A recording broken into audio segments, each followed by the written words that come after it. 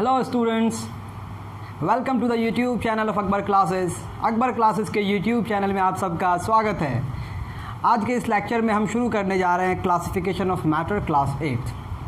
बहुत सारे बच्चे रिक्वेस्ट कर रहे थे कि सर आप क्लासिफिकेशन ऑफ मैटर शुरू किए, क्योंकि हमने प्रीवियस जो चैप्टर फिनिश किया that was atomic structure and the second chapter we have classification of matter. Classification of matter class 7 में भी आपने पढ़ा है, लेकिन हो सकता है कुछ नई बातें आपको जानने को मिले क्लास 8 में, तो इसे भी आप पढ़ें, इसे भी आप समझें, क्योंकि इसमें भी बहुत सारे ऐसे क्वेश्चंस हैं, बहुत ज़्यादा इसमें क्वेश्चंस दिए गए हैं। उन क्वेश्चंस को बनाने के लिए इस चैप्टर के कॉन्सेप्ट को पढ़ना ज़रूरी है।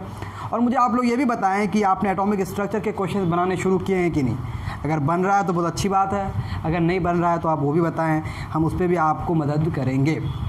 अब क्लासिफिकेशन ऑफ मैटर में जो कोर आइडिया है वो तो क्लास 7 में आपको समझ आ गया कि हम क्या करने वाले हैं। Basically we are going to classify matter, okay. और मैटर का basic definition you all very know. अब इस चैप्टर को शुरू करने से पहले आपको क्या क्या जान लेना है। तो पिछले चैप्टर में हमने पढ़ा एटॉमिक स्ट्रक्चर में कि हमारे पास सब एटॉमिक पार्टिकल्स होते हैं, they are electrons, protons and neutrons. यानी कि आपको एटम के स्ट्रक्चर के बारे में कुछ बेसिक आइडिया होना चाहिए, ठीक है। उसके बाद मैटर का डेफिनेशन क्या है that you should know, even though I will tell you कि डेफिनेशन क्या होता है, क्योंकि वो डेफिनेशन बिना बोले मज़ा आता नहीं है। उसके बाद इस चैप्टर में जो हम पढ़ने वाले हैं, इसमें जो की आइडियाज़ हैं वो क्या क्या हैं, हम सबसे पहले इसमें डिस्कस करेंगे काइनेटिक एनर्जी, डिफरेंट मॉलिक्यूल्स की, डिफरेंट फिजिकल स्टेट्स होंगे मैटर के, उसमें काइनेटिक एनर्जी क्या क्या होगी, ठीक है। यानी कि पैरामीटर्स हम लोग डिस्कस करेंगे। फिर हम जानेंगे कि टेम्परेचर और प्रेशर का इफ़ेक्ट क्या होता है किसी मैटर के फिजिकल स्टेट में। फिर हम मैटर को क्लासीफाई करेंगे on the basis of their chemical composition.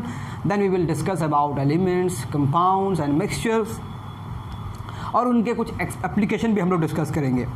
फिर हम चैप्टर को फिनिश करेंगे सेपरेशन ऑफ मिक्सचर में जाके, यानी कि कुछ ऐसे टेक्निक्स पढ़ेंगे जिससे हम लोग मिक्सचर को सेपरेट करते हैं। तो बहुत ज़्यादा फन होने वाला है, तो बने रहिए हमारे साथ। और अगर आपके कोई दोस्त भी पढ़ना चाहते हैं तो उसे भी बता दें कि शुरू हो चुका है अकबर क्लासेस के यूट्यूब चैनल में क्लासिफिकेशन ऑफ मैटर। तो शुरू करते हैं हम लोग classification of matter. Let's write down the name of the chapter, classification of matter, okay. सबसे पहले हम डिस्कस करेंगे कि हमारे पास मैटर जो है ये क्या है, what is matter. You all know very well everything around you is matter, whether you are breathing air, drinking water, ये मोबाइल फ़ोन, ये मेरा शर्ट, ये मैं, everything around us is matter. अब इस मैटर को जब डिफ़ाइन करते हैं हम लोग केमिस्ट्री में तो क्या कहते हैं कि हर वो चीज़ जिसके पास मास हो, anything that has mass and occupies space is called matter. तो जो भी चीज़ आप देखते हैं वो मैटर है। कुछ बच्चों के जहन में ये सवाल हो सकता है कि एयर कैसे मैटर है, तो इसके लिए बहुत ही बेसिक साइकोलॉजिक आप लगा सकते हैं। When you fill air in the balloon, तो बलून कुछ मास गेन करता है और उस स्पेस को ऑक्यूपाई करता है, hence you can say that air is matter. समझ में आ रही बात। उस फिजिकल स्टेट को आप कहते हैं गैस। ये तो हो गई मैटर की बात, and I am not gonna define, बस मैं लिख देता हूँ कि मैटर में क्या होगा, it has mass and occupies space, space को ऑक्यूपाई करता है कोई भी मैटर, ठीक है। अब इसके एग्जाम्पल्स ढेर सारे आप जो भी पिक कर लें, ठीक है। आपके आसपास जितनी सारी चीज़ें हैं, लिविंग हो चाहे नॉन लिविंग हो, एवरीथिंग इज़ मैटर, ठीक है। अब ये मैटर एक दूसरे से डिफ़र करता है। कैसे कैसे डिफ़र करता है वो हम डिस्कस करेंगे कि कुछ मैटर सॉलिड स्टेट्स में होते हैं, वो सॉलिड क्यों होता है, उसके पीछे का रीज़न जानेंगे। कुछ मैटर्स लिक्विड स्टेट में एग्जिस्ट करते हैं, लिक्विड क्यों होता है, the reason we will discuss. उसके बाद हमारे पास गैसेस होते हैं, फिर वो गैस क्यों होते हैं, गैस के बिहेवियर्स क्या हैं, we will discuss everything in detail. समझ में आ रही बात। इसके बाद हमारे पास आता है केमिकल कंपोजिशन, जिसमें एलिमेंट्स पढ़ेंगे, कंपाउंड्स पढ़ेंगे और मिक्सचर्स पढ़ेंगे। तो एलिमेंट्स जो होते हैं हमारे पास 111 से लेकर के 118, ऑलमोस्ट 118 एलिमेंट्स हमारे पास हैं अभी। इनमें से कुछ सॉलिड्स हैं, लिक्विड है, गैसेस हैं। तो इन सब को जब हम स्टडी करते हैं तो हम पाते हैं कि ये सब छोटे छोटे पार्टिकल से मिलकर बना होता है। Every matter is composed of very small particle. अब इन पार्टिकल के बेसिस पे इन पार्टिकल्स के बेसिस पे डिफरेंट साइंटिस्ट ने डिफरेंट थ्योरीज दी, और एक बहुत ही फेमस थ्योरी है जिसको पढ़ने के बाद क्लासिफिकेशन ऑफ मैटर को समझना बड़ा आसान हो जाता है, and that very theory is kinetic molecular theory of matter. यही हमारा वाइटल टॉपिक है आज का, kinetic molecular theory of matter. इसको हम डिस्कस करेंगे कि इसमें क्या क्या बातें हम कह सकते हैं। वर्ड काइनेटिक जब मैं बोलता हूँ तो आपको याद आ रहा होगा काइनेटिक एनर्जी, और काइनेटिक एनर्जी किसे कहते हैं? मोशन की वजह से जो एनर्जी होती है उसको आप काइनेटिक एनर्जी कहते हैं। You all know very well कि kinetic energy is energy of matter due to their motion, उसके मोशन की वजह से जो उसमें एनर्जी आती है उसको काइनेटिक एनर्जी कहते हैं। तो यहाँ भी कुछ मोशन की बातें होंगी जो हम डील करेंगे। लेट्स सी अब इसमें क्या क्या बात है। सब नंबर 1 इसके जो पोस्टुलेट्स देखेंगे आप सबको पता होगा पोस्टुलेट का मीनिंग क्या होता है, कि क्या क्या बातें इसमें मान ली गई। Postulates number 1 if you can see your book, इसमें डिफरेंट पोस्टुलेट्स दिए गए। नंबर 1 सबसे पहली बात है कि एवरी मैटर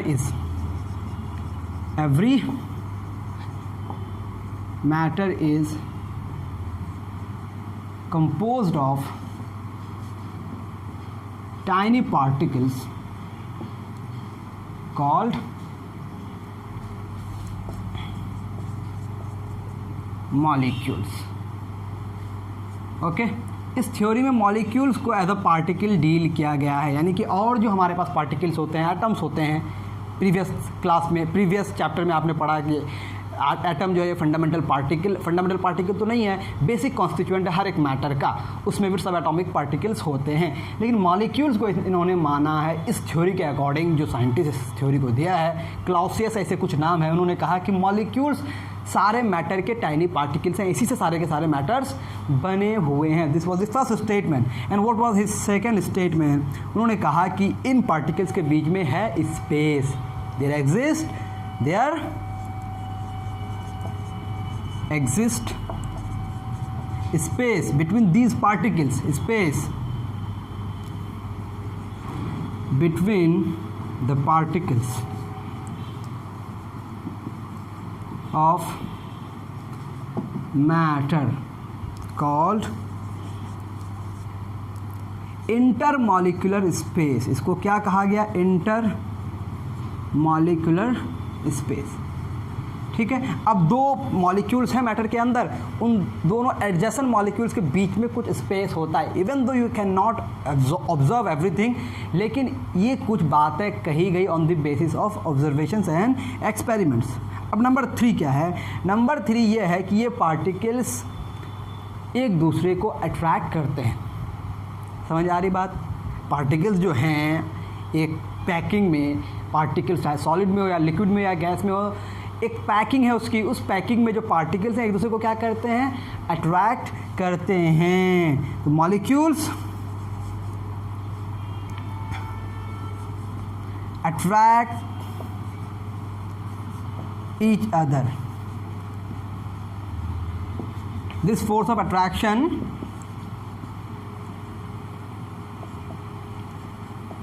क्या कहते हैं इसको? आप सबको पता होगा, जल्दी बताएं। This force of attraction is called intermolecular force of attraction. Intermolecular force of, पता तो था ही आपको। अब आप याद करें कि इंटरमॉलिक्यूलर फोर्स ऑफ अट्रैक्शन हमने कितने तरह के पढ़े थे। जब इंटरमॉलिक्यूलर फोर्स ऑफ अट्रैक्शन की बात आती है तो हम देखते हैं नेचर ऑफ द मॉलिक्यूल्स। अगर हमारे पास सेम मॉलिक्यूल्स हैं, अगर intermolecular force of attraction between same molecules,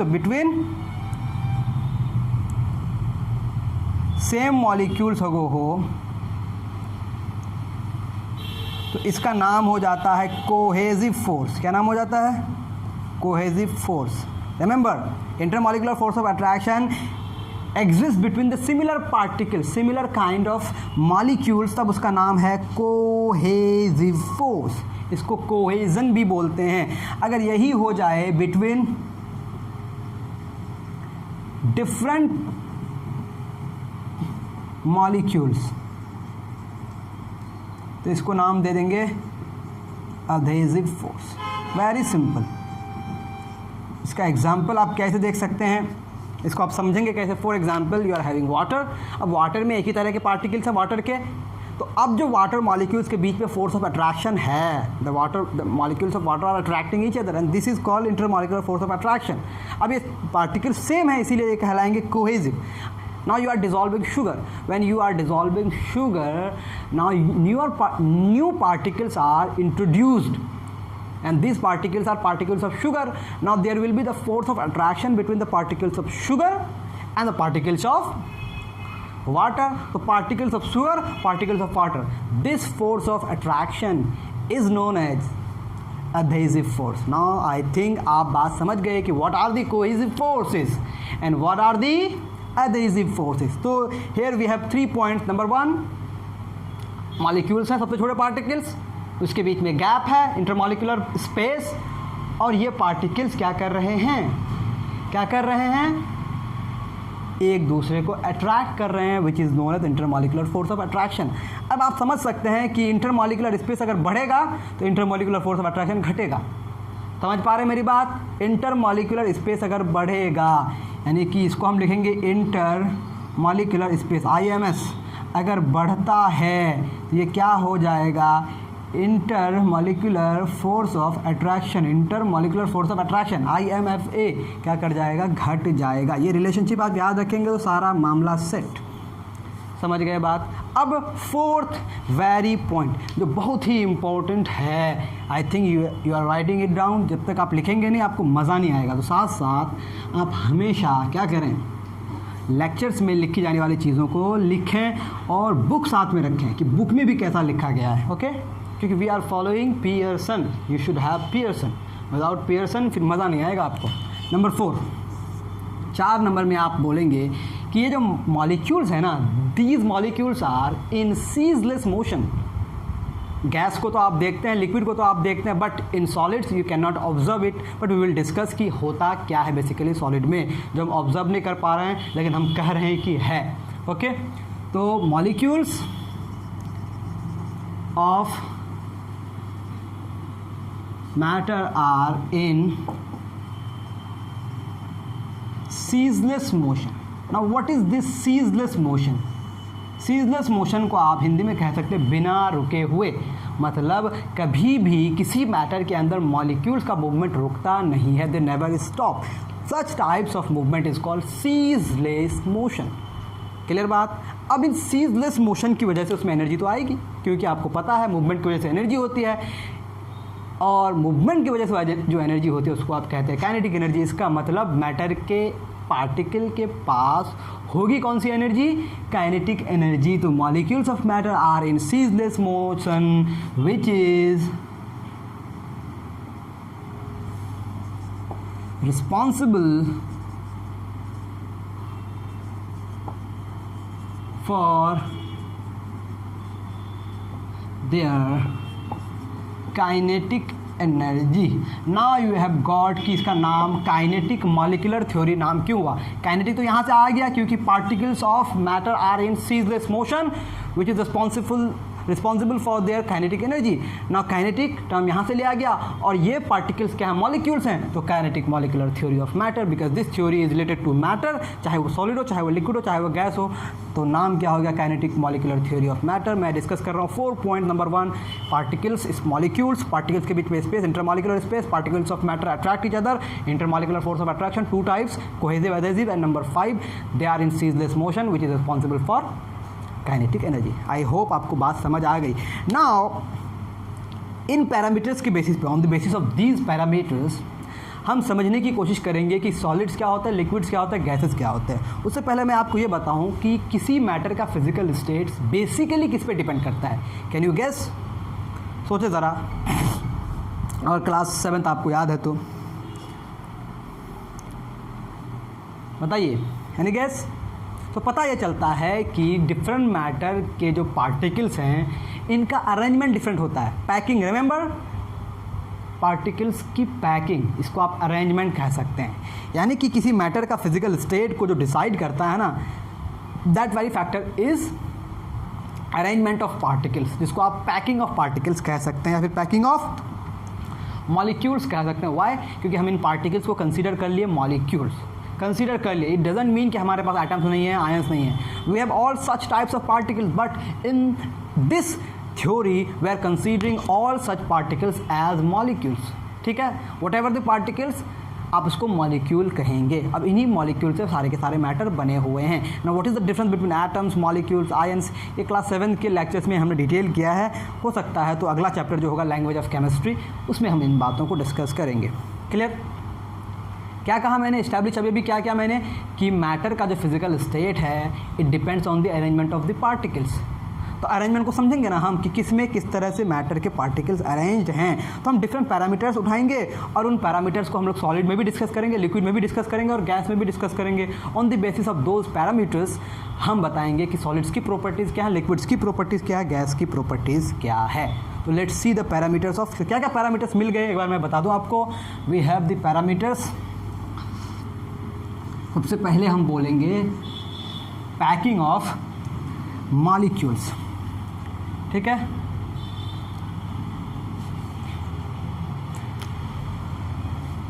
packing of molecules. Parameters अगर आप देखेंगे, पैरामीटर हमारे पास है सबसे पहले पैकिंग ऑफ मॉलिक्यूल्स.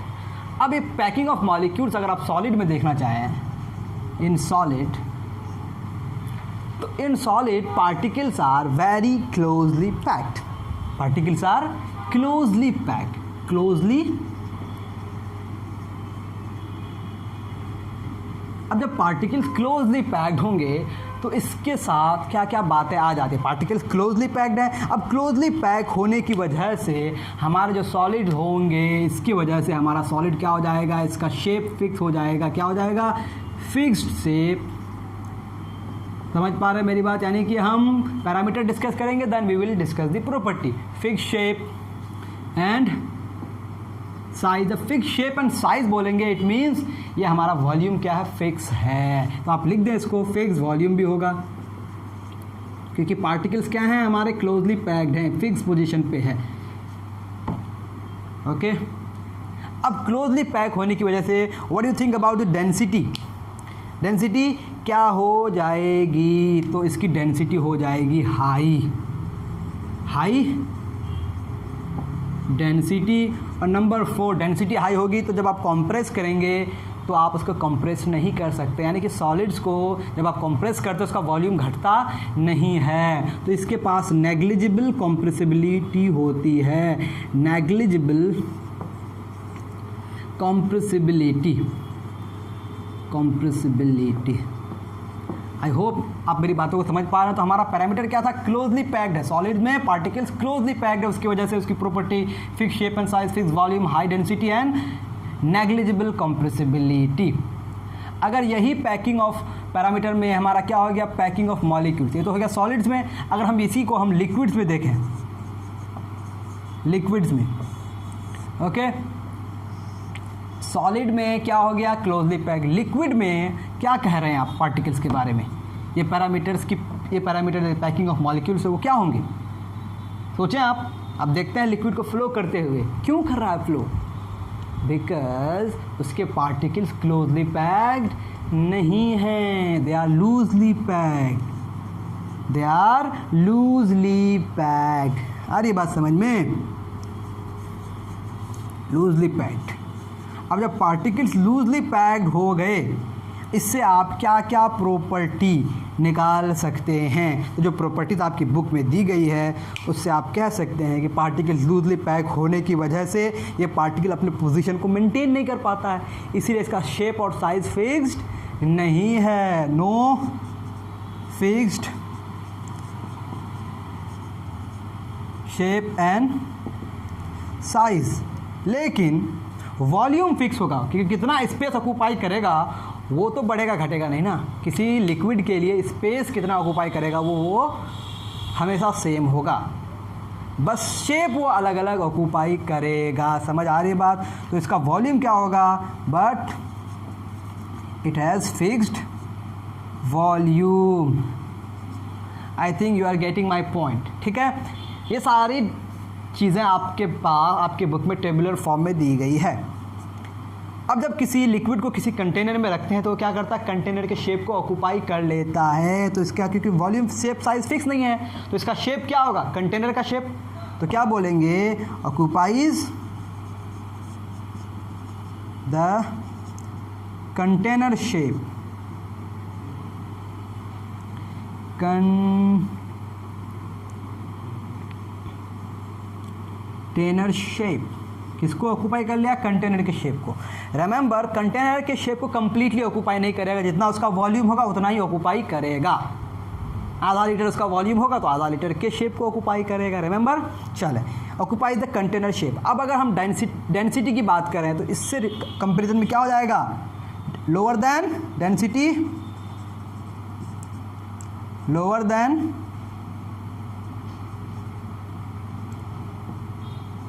सॉलिड्स, और इसकी भी कॉम्प्रेसिबिलिटी होती है नेग्लिजिबल।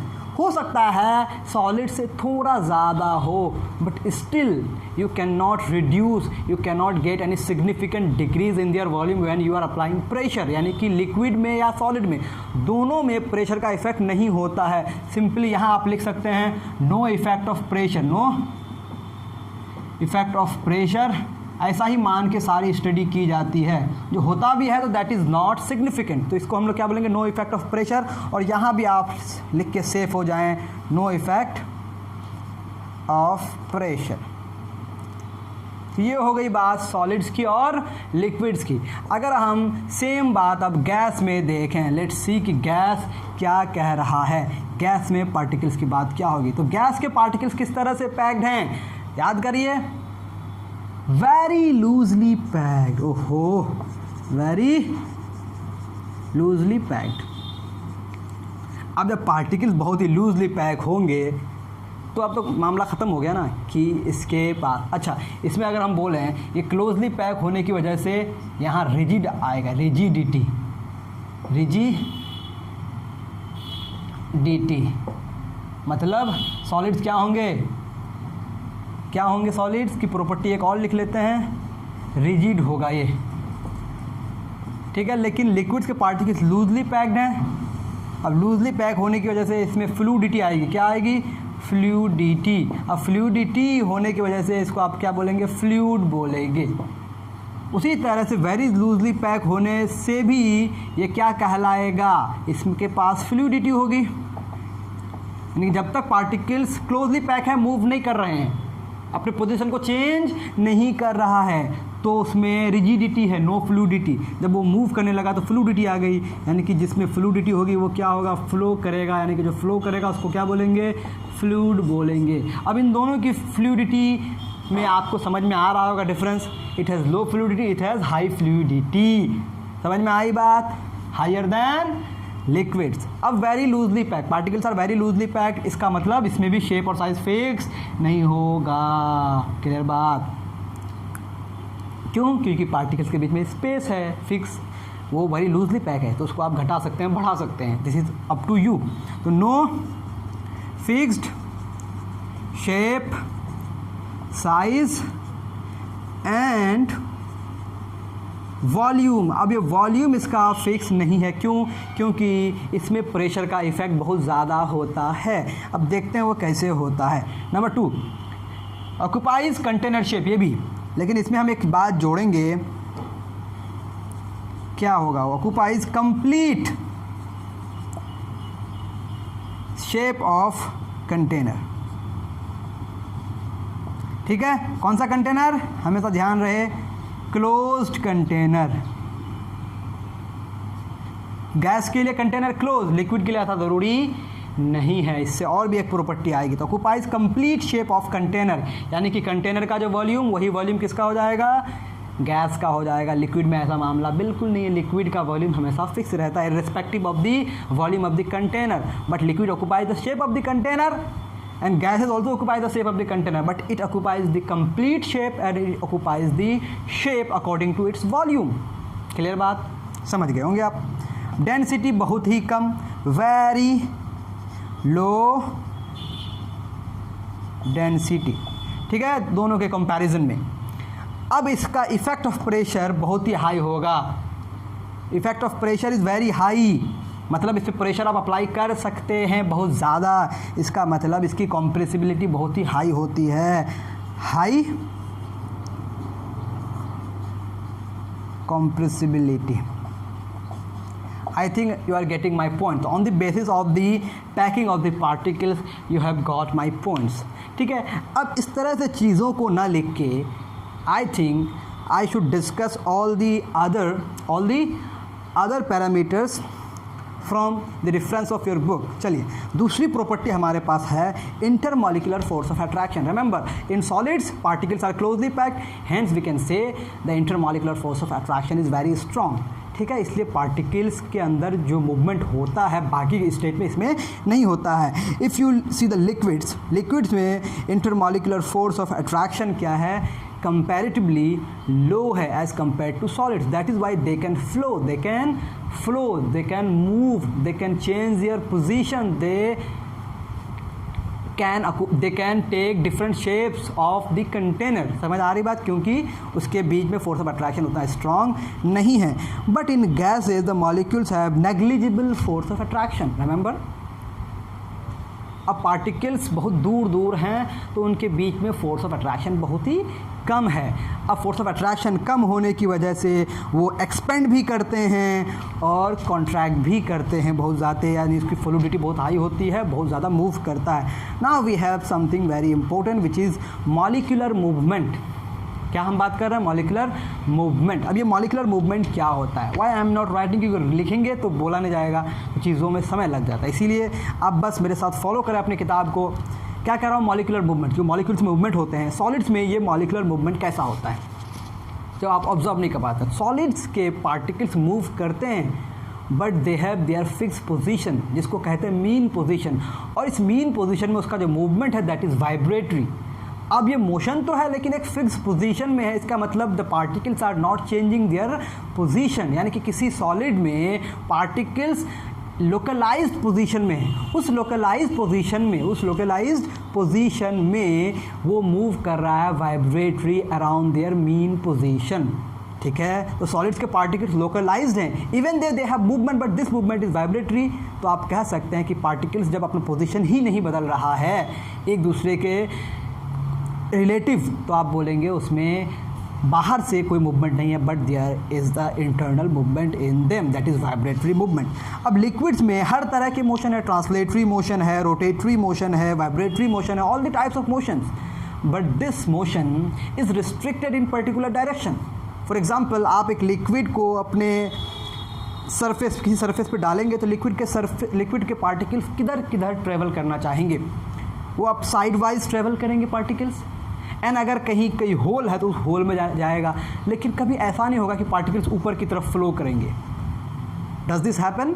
नो. पार्टिकल्स की टेंडेंसी होती है लिक्विड में कि वो साइड वाइज मूव करे और डाउनवर्ड मूव करे. यानी कि in liquids particles have all the types of motion but the direction is fixed, side wise and downward.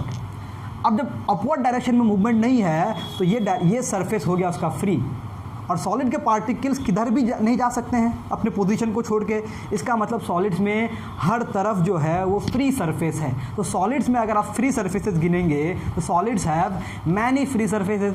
हो सकता है हम बाद में सारी प्रॉपर्टीज़ एक बार समराइज़ कर दें, लेकिन अभी मैं बोल रहा हूँ बस आप ध्यान से सुने. सॉलिड्स में many free surfaces because particles are localised, their particles can not go from one place to another place. Particles अपना पोजीशन को चेंज नहीं करता है एक दूसरे के रिलेटिव. लेकिन लिक्विड में ऐसा होता है, लेकिन ये हर तरफ नहीं होता है, ऊपर की डायरेक्शन में नहीं होता है. तो लिक्विड का जो अपर सरफेस है वो फ्री है, तो लिक्विड है one free surface. Now coming to the gases. Now gases have random motion, all types of motion and no any fixed direction, यानी कि they can move in every direction. बहुत ही ज़्यादा फ्री है क्योंकि वो हर तरफ मूव कर सकता है. रोटेटरी मोशन हो, वाइब्रेटरी मोशन हो, सर्कुलेटरी मोशन हो, रोटेशनल मोशन हो, whatever you say, whatever the types of motion you are studying in physics, all the types of motions are possessed by the particles of gases, but there is no fixed direction. जैसा कि liquid में था, यानी कि ये हर direction में move कर सकता है. You can say the particles of gases are moving randomly in every possible direction. That is why they don't have any fixed surface. उसके पास कोई फिक्स सरफेस नहीं होता है, और इसी मूवमेंट की वजह से वो किसी कंटेनर के कंप्लीट शेप को ऑक्यूपाई करता है, that we have written here. तो समझ में आई बात। तो गैस का अपना कोई वॉल्यूम नहीं, जो वॉल्यूम क्लोज कंटेनर का होगा वही वॉल्यूम गैस का हो जाएगा। अब हमारे पास आती है काइनेटिक एनर्जी की बात। तो जिसमें सबसे ज़्यादा मूवमेंट उसमें सबसे ज़्यादा काइनेटिक एनर्जी, सॉलिड्स में सबसे कम मूवमेंट सबसे कम काइनेटिक एनर्जी, गैस में सबसे ज़्यादा मूवमेंट सबसे ज़्यादा काइनेटिक एनर्जी, लिक्विड में इन दोनों के बीच में कहीं आएगी kinetic energy. I think you have got my point. अब आज के बाद जो हमारा नेक्स्ट लेक्चर होगा, in that very lecture we will discuss कि ये फिज़िकल स्टेट जो है मैटर का, ये कौन कौन से फैक्टर पे डिपेंड किया, और इसको अगर हम बदलेंगे तो फिज़िकल स्टेट बदलेगा कि नहीं। उससे पहले कुछ क्वेश्चन दिए गए आपके बुक में। वो क्वेश्चन क्या है? Conduction of heat is not possible through gases. क्यों conduction of heat is not possible through gases? अब रीज़न क्या होगा? क्योंकि आपने काइनेटिक मॉलिक्यूलर थ्योरी में पढ़ा कि पार्टिकल्स ऑफ मैटर जो हैं बहुत दूर दूर है, एक दूसरे के कांटेक्ट में नहीं है। जब कंडक्शन होता है तो क्या होता है? हीट का ट्रांसफ़र कैसे होता है? Agitation of one molecule to another molecule. एक मॉलिक्यूल को हीट करेंगे, दिस मॉलिक्यूल का हीट दूसरे मॉलिक्यूल में ट्रांसफ़र होगा कब? जब ये molecule, for example this is one molecule, this is another molecule, इसको आप हीट किए तो इसका हीट इसमें ट्रांसफ़र कब होगा? जब ये दोनों एक दूसरे से एगिटेट करेगा, एक दूसरे के साथ इसका कोलिजन होगा। अब गैस में पार्टिकल्स दूर दूर हैं तो कोलिजन तो हो नहीं रहा है। अब जब कोलिजन नहीं हो रहा है तो हीट ट्रांसफ़र नहीं होगा, तो आप कह सकते हैं conduction of heat is not possible through gases. अब एक और सवाल है कि आपके पास एक 10 लीटर का सिलेंडर है, you are having a gas in the cylinder of 10 litre, और वही गैस को आपने 1 लीटर के सिलेंडर में कंप्रेस कर दिया। How is this possible? क्योंकि आप जानते हैं कि गैस के पार्टिकल के बीच में बहुत बड़ा गैप होता है, and this very gap can be reduce by applying pressure, यानी कि इसकी कॉम्प्रेसिबिलिटी हाई होने की वजह से a large volume of gas can be compressed to a small volume. समझ आ गई बात? तो solids fix shape, fix size, fix volume, liquid fix volume but shape size fix नहीं है, गैस में कुछ भी फिक्स नहीं है। मास की हम बात ही नहीं कर रहे क्योंकि हर मैटर में मास फिक्स होगा, ठीक है। अब सॉलिड्स में एक फ्री सरफेस, एक नहीं, सॉलिड में कई फ्री सरफेसेस हैं, लिक्विड में एक, गैस में एक भी नहीं, ठीक है। लिक्विड, सॉलिड और लिक्विड इसमें कॉम्प्रेसिबिलिटी बिल्कुल नहीं है, gases are highly compressible. Solids rigid होते हैं, liquid and gases are fluids. तो there are so many properties that you can make note. I hope आपको सारी बातें समझ आ गई। अगर आपको समझ आई चीज़ें और मज़ा आया तो आप लाइक करें, कमेंट करें, शेयर करें, और keep watching lectures on Akbar classes. Thank you very much.